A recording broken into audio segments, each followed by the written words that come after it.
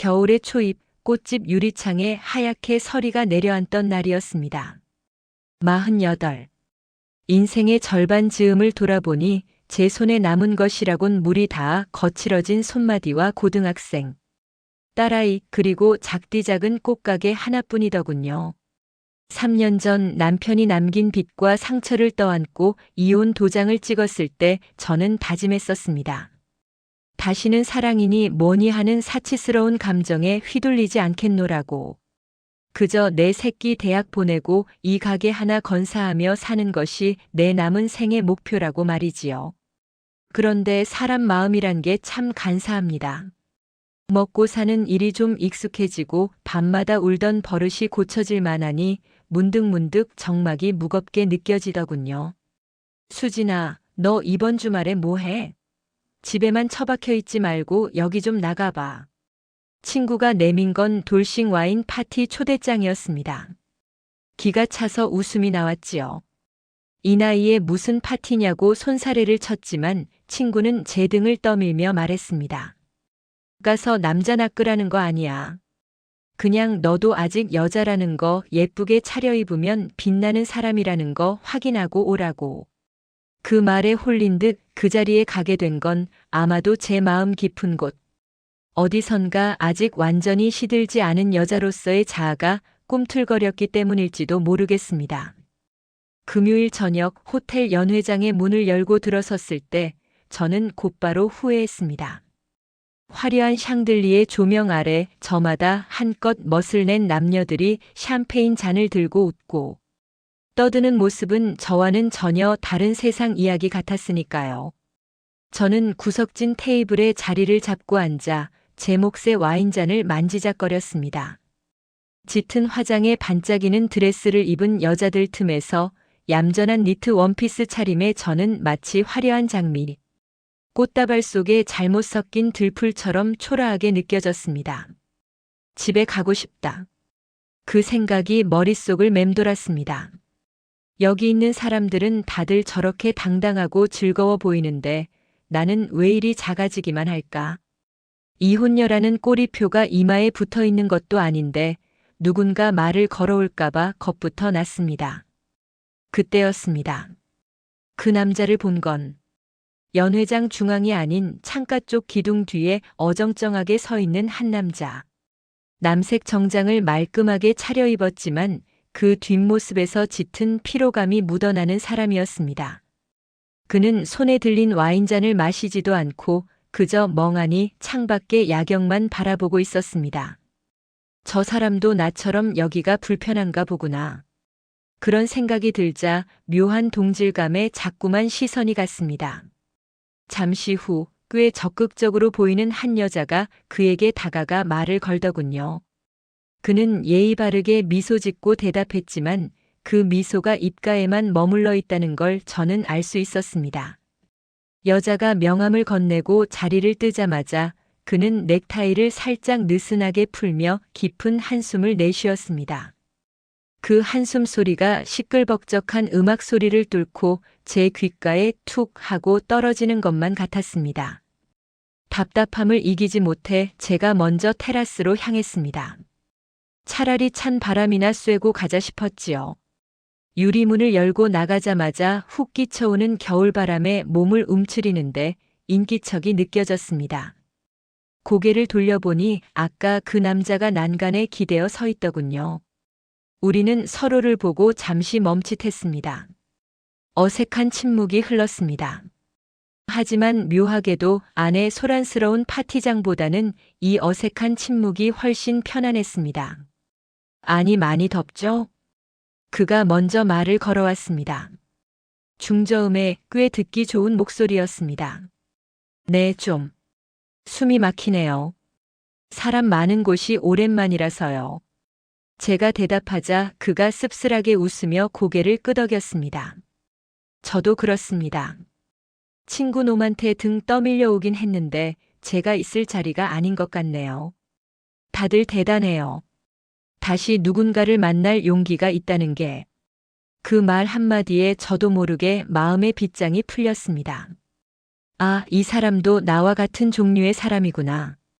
사랑을 찾으러 온 게 아니라 외로움을 견디다 못해 떠밀려 나온 사람. 그러게요. 저는 이제 겁부터 나거든요. 또다시 누군가에게 내 바닥을 보이고 상처받고 헤어지는 일을 반복할 자신이 없어서요.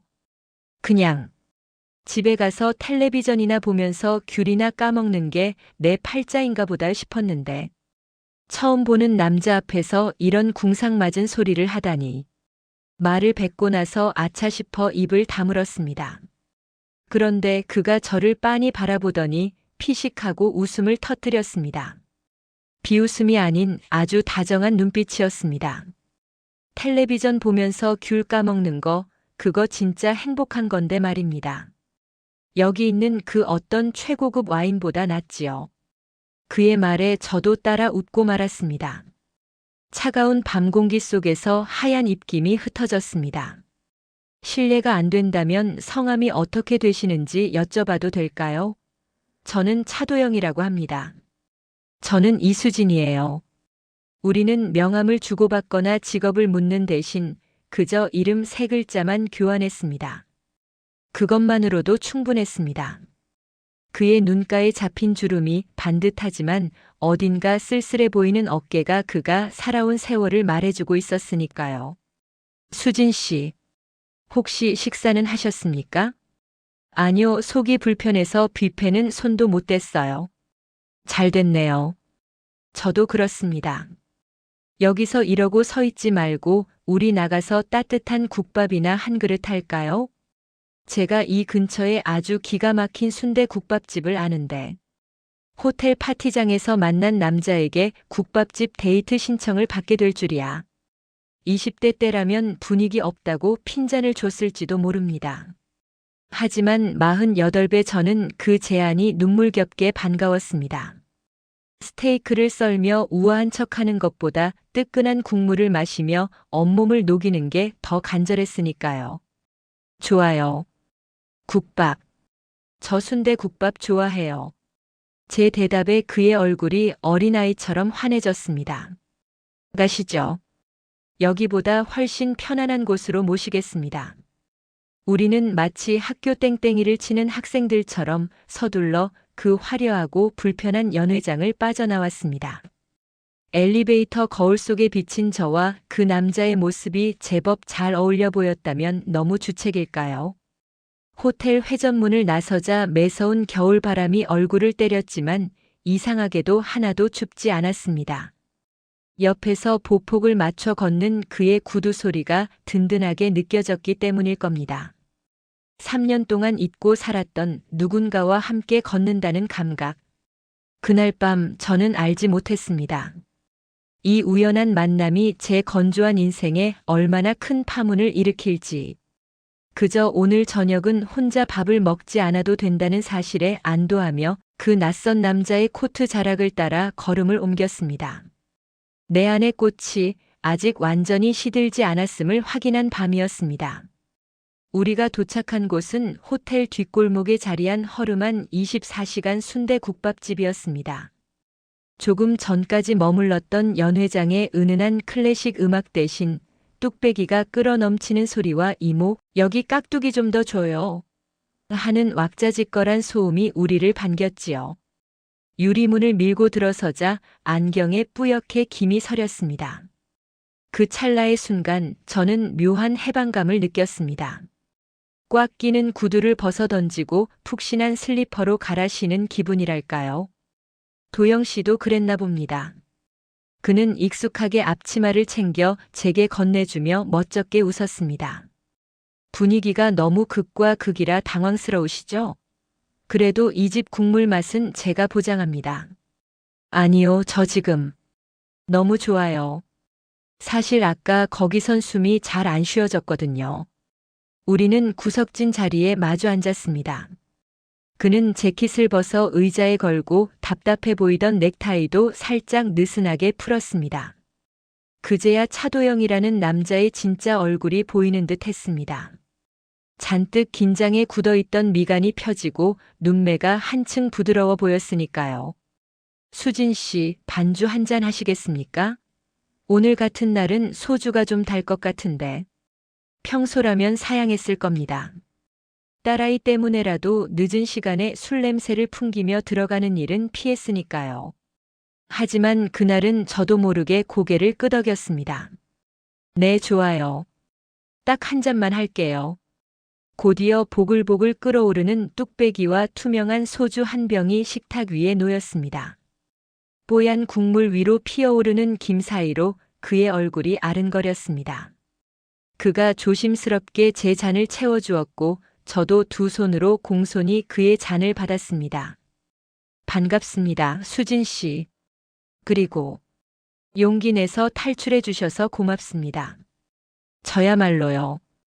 도영 씨 아니었으면 저 혼자 뻘쭘하게 서 있다가 도망쳤을 거예요. 쨍 하고 잔이 부딪히는 소리가 참 맑았습니다. 쓴 소주가 목구멍을 타고 넘어가자 얼어붙어 있던 속이 뜨겁게 풀리는 기분이 들었습니다. 우리는 약속이라도 한 듯 뜨거운 국물을 크게 한술 떠서 입에 넣었습니다. 아, 좋다. 저도 모르게 탄성이 터져 나왔습니다. 호텔 뷔페의 차가운 훈제 연어보다 이 뜨겁고 투박한 국밥 한 그릇이 제 빈속을 더 다정하게 채워주더군요. 그제야 알았습니다. 내가 고팠던 건 배가 아니라 사람의 온기였다는 것을요. 술잔이 두어 번 돌고 나니 우리는 자연스럽게 서로의 지난 이야기를 꺼내게 되었습니다. 취미가 뭐냐, 주말엔 뭐 하냐 같은 거칠의 대화는 필요 없었습니다. 우리는 이미 서로의 눈빛에서 깊은 그늘을 읽어냈으니까요. 저는 딸아이 하나 있어요. 고3이에요. 그 아이 하나 보고 살아요. 제가 먼저 운을 떼자 그가 묵묵히 고개를 끄덕이며 귀를 기울여 주었습니다. 남편은 도박을 했어요. 처음엔 재미로 하는 줄 알았는데 나중엔 가게 보증금까지 손을 대더라고요.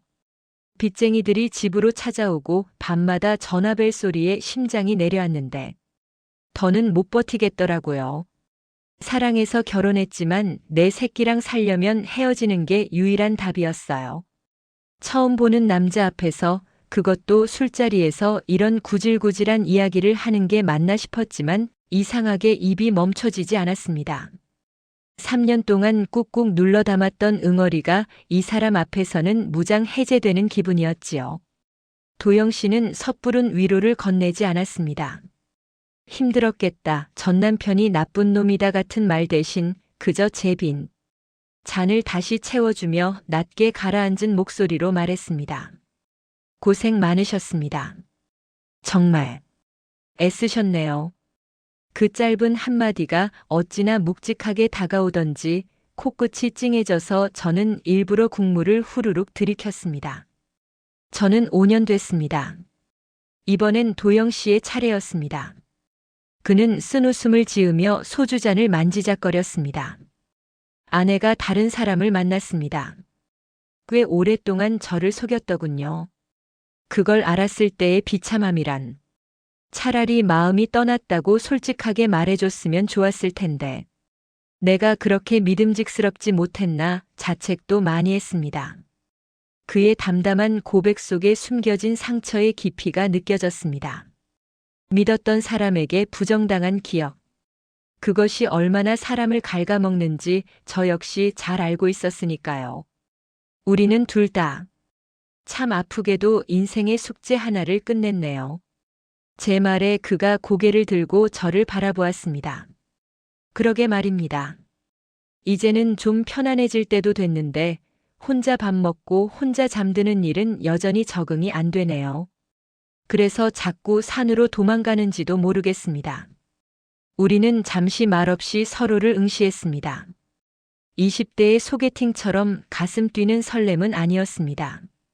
하지만 마치 전쟁터에서 살아 돌아온 전우를 만난 듯한 끈끈한 연대감 혹은 낡은 외투를 걸친 듯한 편안함이 우리 사이를 채우고 있었습니다. 이 사람은 내 흉터를 보고 징그럽다고 하지 않겠구나.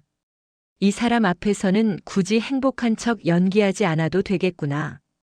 그런 안도감이 드니 술기운 때문인지 그의 얼굴이 조금은 근사해 보이기도 했습니다. 식당을 나섰을 때는 자정이 가까운 시간이었습니다. 찬 바람이 다시 불어왔지만 국밥과 소주 덕분인지 아니면 옆에 선 이 남자 덕분인지 더는 춥지 않았습니다. 그가 택시를 잡아주겠다며 도로가로 나섰습니다. 택시가 오기를 기다리는 그 짧은 시간, 저는 마음속으로 수없이 망설였습니다. 이대로 헤어지면 끝일까? 연락처라도 물어봐야 하나? 하지만 여자가 먼저, 그것도 이 나이에. 온갖 생각이 꼬리를 물 때쯤 그가 먼저 용기를 냈습니다. 수진 씨. 네. 혹시 부담스럽지 않으시다면 가끔 이렇게 밥이나 같이 먹으면 어떻겠습니까? 그의 말에 심장이 쿵 하고 뛰었습니다. 연애를 하자거나 귀찮게 하려는 건 아닙니다. 그냥 혼자 밥 먹기 싫을 때, 소주 한 잔 생각날 때 편하게 만날 수 있는 밥 친구요. 우리 그 정도는 할 수 있지 않을까요? 밥 친구. 그 단어가 참 좋았습니다. 연인이라는 무거운 이름도 아니고 남이라는 차가운 이름도 아닌 딱 적당한 온도의 관계. 좋아요. 밥 친구. 사실 저도 혼자 밥 먹는 거 지겨웠거든요. 제가 웃으며 대답하자 그제야 그가 안도의 한숨을 내쉬며 휴대전화를 내밀었습니다. 번호 좀 주시겠습니까? 맛있는 집 많이 알아두겠습니다. 그의 휴대전화에 제 번호를 찍어주던 손끝이 미세하게 떨렸던 건 아마도 날씨 탓만은 아니었을 겁니다. 택시 뒷좌석에 앉아 멀어지는 그의 모습을 자꾸만 뒤돌아보았습니다. 그는 제가 탄 차가 시야에서 사라질 때까지 그 자리에 서 있더군요. 집으로 돌아와 화장을 지우고 거울을 보았습니다. 거울 속에 저는 여전히 주름진 눈가를 가진 중년의 여자였지만 표정만큼은 꽤 밝아 보였습니다.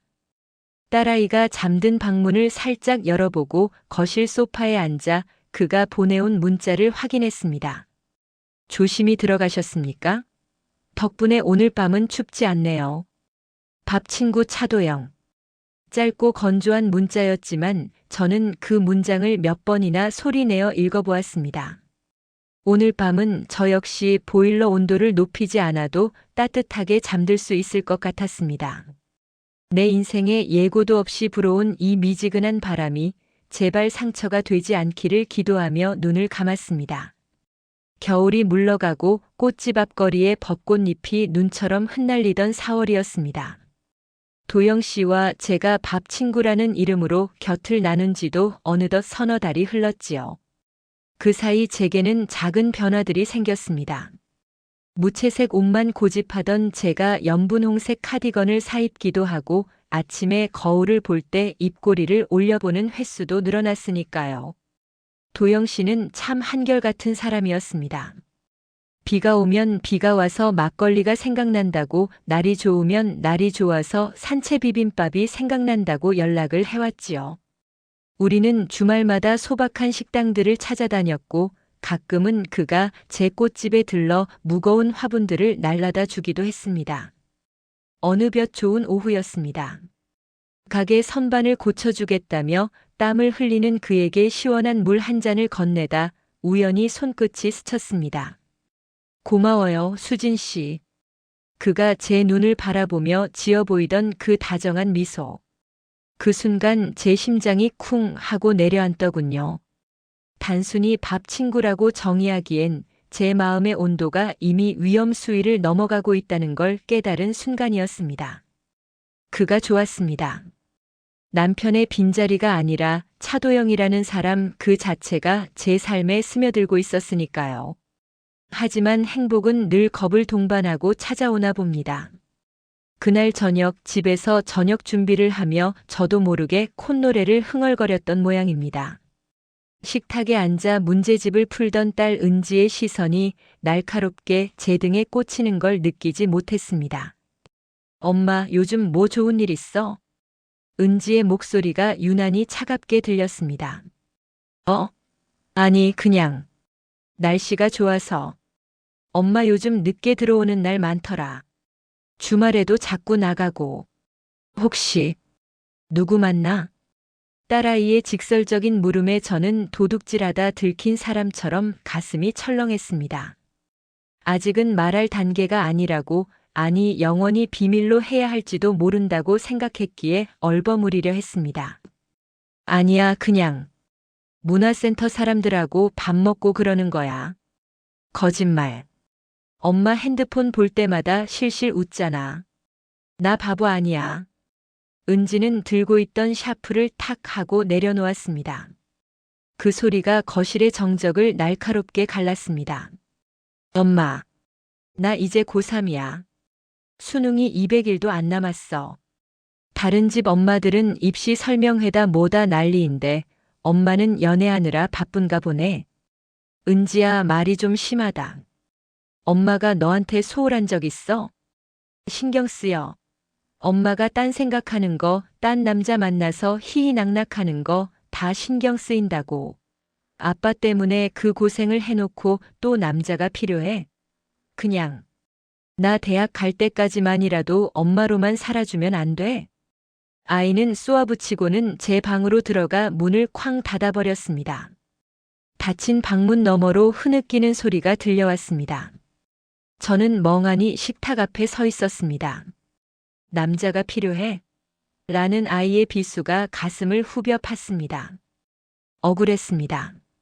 나도 사람인데, 나도 외로운데 밥 한 끼 따뜻하게 먹는 게 그렇게 큰 죄인가 싶어 울컥하기도 했지요. 하지만 곧이어 밀려오는 건 거대한 죄책감이었습니다. 아빠의 도박과 빚보증 때문에 사춘기 내내 불안에 떨었던 아이. 이혼 가정의 자녀라는 꼬리표를 달고도 묵묵히 공부만 하던 내 딸. 그 아이에게 저는 유일한 버팀목이었습니다. 그런 제가 흔들리는 모습을 보였으니 아이가 느꼈을 배신감과 불안함이 오죽했을까요? 그래, 내가 주책이지. 주제넘게 무슨 사랑 타령이야. 저는 입술을 깨물며 끓고 있던 찌개 불을 껐습니다. 식어버린 찌개처럼 제 마음도 차갑게 식혀야만 했습니다. 엄마라는 이름은 여자라는 이름보다 언제나 무거워야 했으니까요. 며칠 뒤 저는 도영 씨를 만났습니다. 늘 가던 국밥집이 아닌 조용한 찻집이었습니다. 제 표정이 어두운 걸 눈치챘는지 도영 씨가 걱정스러운 얼굴로 물었습니다. 수진 씨, 무슨 일 있습니까? 안색이 안 좋네요. 저는 따뜻한 찻잔을 두 손으로 감싸 쥐고 어렵게 입을 열었습니다. 도영 씨, 우리 당분간 만나지 않는 게 좋겠어요. 그의 눈동자가 흔들렸습니다. 갑자기 그게 무슨, 제가 뭐 실수라도 했습니까? 아니요. 도영 씨는 너무 좋은 사람이에요. 그래서 문제예요. 제가 자꾸 딴 생각을 하게 만드니까요. 저는 숨을 고르고 딸아이 이야기를 털어놓았습니다. 은지가 얼마나 예민한 상태인지, 제가 느끼는 죄책감이 얼마나 큰지. 이야기를 하는 내내 저는 그의 눈을 똑바로 쳐다볼 수가 없었습니다. 은지 수능 끝날 때까지는 제가 엄마 노릇에만 집중해야 할 것 같아요. 도영 씨한테 이런 짐까지 나눠지게 하고 싶지 않아요. 미안해요. 제 말이 끝나자 긴 침묵이 흘렀습니다. 화를 내거나 설득하려 들 줄 알았는데 그는 한참 동안 창밖만 바라보더군요. 그리고는 나직하게 한숨을 내쉬며 말했습니다. 알겠습니다. 수진 씨 마음 이해합니다. 자식이 먼저인 게 당연하지요. 저도 자식 키우는 입장에서 그 마음 모르는 거 아닙니다. 그의 이해심이 고마우면서도 한편으로는 야속했습니다. 차라리 우리 사이가 그것밖에 안 되냐고 따져 물어주길 바랐던 걸까요? 기다리겠습니다. 은지가 편안해질 때까지, 수진 씨 마음이 정리될 때까지. 부담 갖지 말고 지내세요. 그는 끝까지 신사다웠습니다. 자리에서 일어나는 저를 배웅하며 평소처럼 따뜻하게 웃어주려 애쓰는 모습이 더 가슴 아팠습니다. 그날 이후 우리의 연락은 뚝 끊겼습니다. 아침마다 오던 날씨 인사도, 맛있는 걸 먹을 때 보내오던 사진도 더 이상 오지 않았습니다. 핸드폰은 다시 잠잠해졌고 제 일상은 꽃집과 집을 오가는 단조로운 궤도로 돌아왔습니다. 은지는 다시 안정을 찾은 듯 했습니다. 엄마가 집에 일찍 들어오고 주말에도 곁에 있어주니 표정이 한결 밝아졌지요. 딸아이를 보면 다행이다 싶으면서도 밤이 되어 홀로 침대에 누우면 견딜 수 없는 공허함이 밀려왔습니다. 잘한 거야. 이게 맞아. 수없이 되뇌었지만 마음 한구석이 텅 빈 것처럼 시렸습니다. 봄은 절정을 향해 가는데 제 마음은 다시 겨울의 한복판으로 되돌아간 것 같았습니다. 가끔 길을 걷다 그와 비슷한 뒷모습만 봐도 걸음을 멈추게 되더군요. 그럴 때마다 깨달았습니다. 우리가 나눴던 게 단순히 밥 한 끼, 술 한 잔이 아니었음을. 그 사람은 내 고단한 삶을 잠시 내려놓고 쉴 수 있는 유일한 의자였다는 것을요. 사랑을 포기하면 평화가 올 줄 알았습니다. 하지만 사랑을 밀어낸 자리에 남은 건 더 짙은 외로움과 그리움뿐이었습니다. 엄마라는 이름의 무게가 이토록 버겁게 느껴진 적은 없었습니다. 그렇게 시간은 속절없이 흘러 여름의 초입으로 향하고 있었습니다. 우리가 다시 만나게 될 계기가 그렇게 아픈 모습일 줄은 꿈에도 모른 채 말입니다. 계절은 어느덧 여름의 문턱을 넘고 있었습니다. 도영 씨를 밀어낸 후 저는 마치 벌을 받는 사람처럼 일에만 매달렸습니다. 그것이 이별의 후유증을 잇는 유일한 방법이라 믿었으니까요. 새벽 꽃 시장을 오가고 무거운 화분을 혼자 나르고 밤늦게까지 예약 주문을 처리하는 나날들이 이어졌습니다. 몸을 혹사할수록 잡념은 사라졌지만 제 몸은 조용히 비명을 지르고 있었던 모양입니다. 그날은 유난히 습하고 무더운 날이었습니다. 주말에 있을 웨딩 장식을 위해 대량의 꽃을 다듬던 중이었습니다. 장미 가시를 제거하던 손끝이 미세하게 떨리더니 갑자기 세상이 핑 돌더군요. 잠시 앉아서 쉬어야지라고 생각한 게 마지막 기억이었습니다. 쿵 하는 소리와 함께 바닥으로 쓰러지면서 저는 생각했습니다. 아, 가게 문 열어놨는데 누가 들어오면 어쩌지. 죽음의 공포보다 남에게 보일 추한 꼴을 먼저 걱정하는 걸 보면 저도 참 미련한 어른입니다. 그리고 그 다음 순간 칠흑 같은 어둠이 저를 집어삼켰습니다. 다시 눈을 떴을 때는 낯선 천장이 보였습니다. 코끝을 찌르는 소독약 냄새, 규칙적으로 들리는 기계음 소리. 응급실이었습니다. 정신이 드는 것과 동시에 극심한 두통과 메스꺼움이 밀려왔습니다.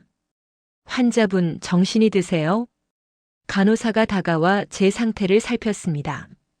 과로와 스트레스로 인한 실신이라고 하더군요. 수액을 맞고 안정을 취하면 된다는 말에 안도한 것도 잠시 간호사의 다음 말이 제 가슴을 철렁하게 했습니다. 오실 보호자분은 계신가요? 수납도 하셔야 하고 퇴원 수속 도와줄 분이 필요해서요. 보호자. 그 세 글자가 이토록 무겁고 날카롭게 들린 적이 없었습니다. 핸드폰을 쥐고 연락처 목록을 스크롤했습니다. 가장 위에 있는 딸 은지. 하지만 학교에서 공부하고 있을 아이를 놀라게 할 수는 없었습니다. 늙으신 친정엄마에게 걱정을 끼칠 수도 없었고 친구들을 오라가라 할 수도 없는 노릇이었지요. 이혼한 전 남편은 떠올리는 것조차 끔찍했습니다. 그때 뼈저리게 깨달았습니다. 아, 나는 혼자구나. 이혼 서류에 도장을 찍으며 얻은 자유라는 것이 아플 땐 이토록 처절한 고립이 되는구나.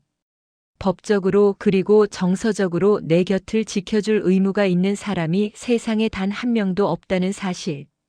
그 서러움이 몸의 통증보다 더 아프게 밀려왔습니다. 그때였습니다. 응급실 커튼이 거칠게 젖혀진 것은 이수진 씨. 익숙한 목소리 그리고 숨이 턱까지 차올라 땀범벅이 된 얼굴. 도영 씨였습니다. 단정하던 머리는 헝클어져 있었고 넥타이는 삐뚤어진 채였습니다. 늘 침착하던 그 남자가 사색이 되어 제 침대 곁으로 뛰어온 것입니다. 도영 씨가 어떻게? 가게 앞 채소 가게 사장님이 전화하셨더군요. 수진 씨 쓰러져서 구급차 탔는데 핸드폰 최근 통화 목록에 제가 제일 많더라고. 아, 그러고 보니 그랬습니다. 헤어지자고 하기 전까지 우리는 하루에도 수십 통씩 통화하던 사이였으니까요. 이웃 사장님은 우리가 헤어진 줄 모르고 가장 익숙한 번호인 그에게 연락을 한 모양이었습니다. 바보 같은 사람. 도영 씨가 거친 숨을 몰아쉬며 저를 내려다보았습니다. 화가 난 듯 붉어진 얼굴이었지만 그 눈빛은 울기 직전처럼 흔들리고 있었습니다. 왜 이렇게 미련합니까? 아프면 아프다고 힘들면 힘들다고 말을 했어야죠. 혼자서 끙끙 앓다가 이 지경이 될 때까지. 내가 그렇게 못 믿어왔습니까? 그의 질책 섞인 목소리를 듣는데 참았던 눈물이 왈칵 쏟아졌습니다. 아파서가 아니었습니다. 서러워서도 아니었습니다. 안도감 때문이었습니다. 세상 천지에 나 혼자인 줄 알았는데 달려와 줄 사람이 있다는 사실이 사무치게 고마워서였습니다. 미안해요. 미안해요, 도영 씨. 제가 링거 꽂은 손으로 얼굴을 가리고 흐느끼자 그가 조심스럽게 다가와 제 어깨를 감싸 안았습니다. 그의 셔츠에서 나는 땀 냄새와 익숙한 스킨 향기가 섞여 훅 끼쳐왔습니다. 보호자란에 제 이름 적었습니다. 법적인 보호자는 아니지만 오늘 하루는 제가 수진 씨 보호자입니다. 아무 걱정 말고 좀 쉬어요. 제발. 그는 제 손을 꽉 잡았습니다. 투박하고 큰 손의 온기가 차가운 링거액을 타고 혈관 깊숙이 퍼지는 것 같았습니다. 그는 제가 수액을 다 맞을 때까지 곁을 떠나지 않았습니다. 물수건으로 제 식은 땀을 닦아주고 불편한 베개를 고쳐주며 묵묵히 자리를 지켰습니다. 20대에 불타는 사랑은 아니었을지 모릅니다. 하지만 내 가장 초라하고 아픈 모습을 보고도 도망치지 않는 사람. 화장기 없는 헬쑥한 얼굴을 가장 애처롭게 바라봐주는 사람. 그 순간 저는 인정할 수밖에 없었습니다. 나는 이 사람 없이는 안 되겠구나.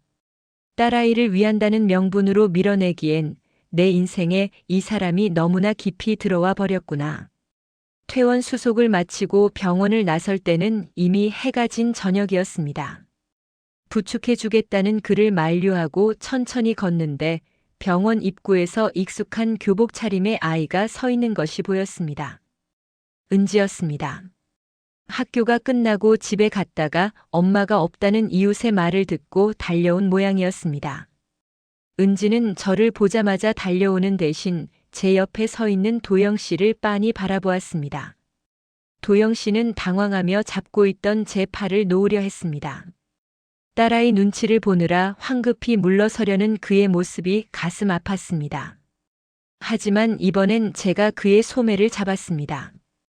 더 이상은 도망치고 싶지 않았습니다. 은지야. 제가 아이를 불렀습니다.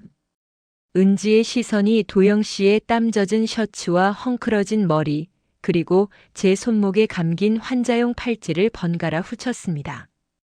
긴장감이 감도는 침묵 속에서 은지가 천천히 입을 열었습니다.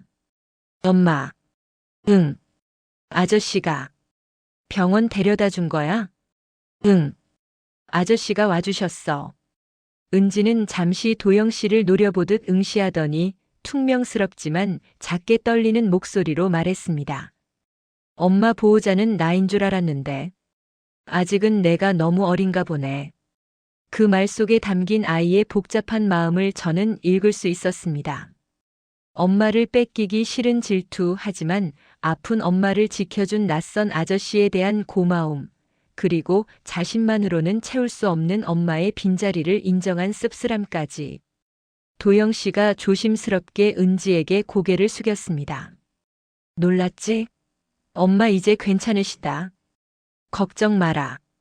은지는 대꾸 없이 고개만 까닥하고는 제게 다가와 남은 한쪽 팔을 부축했습니다. 왼쪽엔 도영 씨, 오른쪽엔 딸 은지. 두 사람의 부축을 받으며 병원 주차장으로 향하는 길. 제 몸은 천근만근 무거웠지만 마음만은 깃털처럼 가벼웠습니다. 비로소 알 것 같았습니다. 상처는 혼자서 함는 게 아니라 누군가와 나누며 덮어야 아문다는 것을요. 그리고 제 상처를 안아줄 사람은 바로 지금 내 곁에서 땀을 흘리고 있는 이 남자라는 것을 말입니다. 찬바람이 옷깃을 여미게 만드는 11월 늦가을입니다. 1년 전 이맘때 제가 그 호텔 연회장에서 도망치듯 빠져나와 도영 씨를 만났던 계절이 다시 돌아왔군요. 달라진 것이 있다면 이제 제 옆구리에는 차가운 바람 대신 든든한 사람의 온기가 머물고 있다는 점이겠지요. 얼마 전 딸아이의 수능날이었습니다. 새벽부터 일어나 도시락을 싸는데 손이 어찌나 떨리던지 달걀말이 하나를 제대로 뒤집기 힘들더군요. 남편 없이 혼자 아이를 시험장에 보내야 한다는 사실이 유난히 더 서럽고 미안하게 느껴지는 아침이었습니다. 그때 현관벨이 울렸습니다. 인터폰 화면에 비친 사람은 도영 씨였습니다. 두툼한 패딩 점퍼 차림의 그가 손에 김이 모락모락 나는 보온병을 들고 서 있더군요. 이 새벽에 웬일이에요? 오늘 은지 시험이잖아요. 택시 잡기도 힘들 텐데 제가 데려다 주고 싶어서요. 이거 엿이랑 초콜릿도 좀 샀는데. 그는 쑥스러운 듯 머리를 극적였습니다. 아직 잠이 덜 깬 은지가 방에서 나왔습니다. 저는 순간 긴장했습니다. 은지가 화를 내면 어쩌나 부담스러워하면 어쩌나.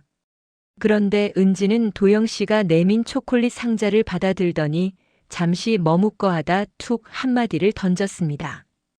고마워요, 아저씨. 차 태워주세요. 그 무심한 듯 건넨 한마디가 제게는 천사의 나팔 소리처럼 들렸습니다.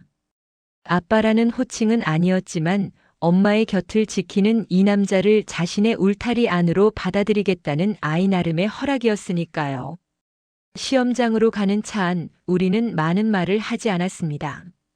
다만 백미러로 뒷좌석의 은지를 살피는 도영 씨의 눈길과 라디오 볼륨을 조심스럽게 줄이는 배려가 차 안을 가득 채우고 있었습니다. 교문 앞에서 은지가 내릴 때 도영 씨가 주먹을 불끈 쥐며 파이팅 하고 외치자 은지가 피식 웃으며 손을 흔들어 주더군요. 아이가 들어간 교문을 한참이나 바라보던 제 어깨를 그가 조용히 감싸주었습니다. 고생했어요, 수진 씨. 은지 잘 볼 겁니다. 그제야 긴장이 풀리며 다리에 힘이 풀렸습니다. 1년 내내 저를 짓누르던 엄마로서의 죄책감이 그의 따뜻한 손길 아래서 눈 녹듯 사라지는 기분이었습니다. 수능이 끝나고 며칠 뒤 우리는 처음 만났던 그 국밥집이 아닌 교회의 한적한 캠핑장으로 갔습니다. 타닥타닥 타오르는 모닥불을 사이에 두고 나란히 앉아 우리는 오래도록 불멍을 즐겼습니다. 수진 씨. 도영 씨가 제 손을 잡으며 입을 열었습니다. 저 수진 씨랑 결혼하고 싶다는 욕심 버렸습니다. 네. 갑작스러운 말에 제가 놀란 눈으로 그를 쳐다보자 그가 빙그레 웃으며 말을 이었습니다. 우리가 20대도 아니고 혼인신고서라는 종이 한 장에 얽매일 필요가 있나 싶어서요. 서로의 재산이니 호적 합치는 문제니 그런 복잡한 절차들로 우리 사이를 피곤하게 만들고 싶지 않아요. 은지도 아직 적응할 시간이 필요할 테고요. 그의 말에 가슴이 뭉클해졌습니다. 저 역시 고민하던 부분이었습니다. 재혼이라는 제도가 주는 무게감이 우리를 그리고 우리 아이들을 또다시 힘들게 할까봐 두려웠으니까요. 대신 겨토는 어떻습니까? 겨토니요? 그게 뭔데요? 결혼이 맺을 결자를 쓴다면 우리는 곁측 자를 써서 서로의 곁을 지켜주는 겨토니요.